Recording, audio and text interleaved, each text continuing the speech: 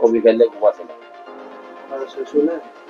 আলো রুমে আসলে ঘুম আসে না, শব্দ রুমে আসলে ঘুম আসে না, মোবাইল ফোন হাতের কাছে থাকলে ঘুম আসে না, মাথার বালিশের নিচে আশেপাশে মোবাইল থাকলে ল্যাপটপ থাকলে ঘুম আসে না। আর আমি নিয়ম শিখেছি রাত্রেবেলা 2টা কলা খাবা, কলা খেলে ঘুম হবে, কলাতে পটাশিয়াম থাকে প্রচুর, মাছে দিয়ে রাখতে হবে। 1 গ্লাস দুধ খাবা, ঘুম হবে।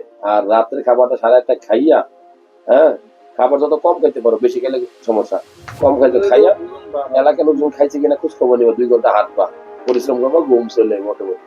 ঘুমের ওষুধ খেয়ে ঘুমানোটা বুদ্ধিমানের কাজ না, কিডনি ড্যামেজ হয়, তোমার ডিপেন্ডেন্সি চলে আসবে, অর্থাৎ নেশার মতো হয়ে যাবে একসময়, নেশা। ঠিক আছে? সো এখন থেকে আমি যেগুলো কইছি মেনে দেখার চেষ্টা করো, যে রুমে ঘুমাবা বিছানাটা যেন পরিপাটি হয়, একটা নির্দিষ্ট টাইমে ঘুমাই যাবো সবসময়, তাহলে ঘুম চলে আসবে। ঘুম তো অভ্যাস, তৈরি করলেই ক্ষমত হয়ে যাবে। তোমার ভোলা আছে না, তোমার ভোলা যেন তোমার কথা শুনে ঘুমও তোমার কথা শুনবো, ওয়ারেন্টি গ্যারান্টি আছে।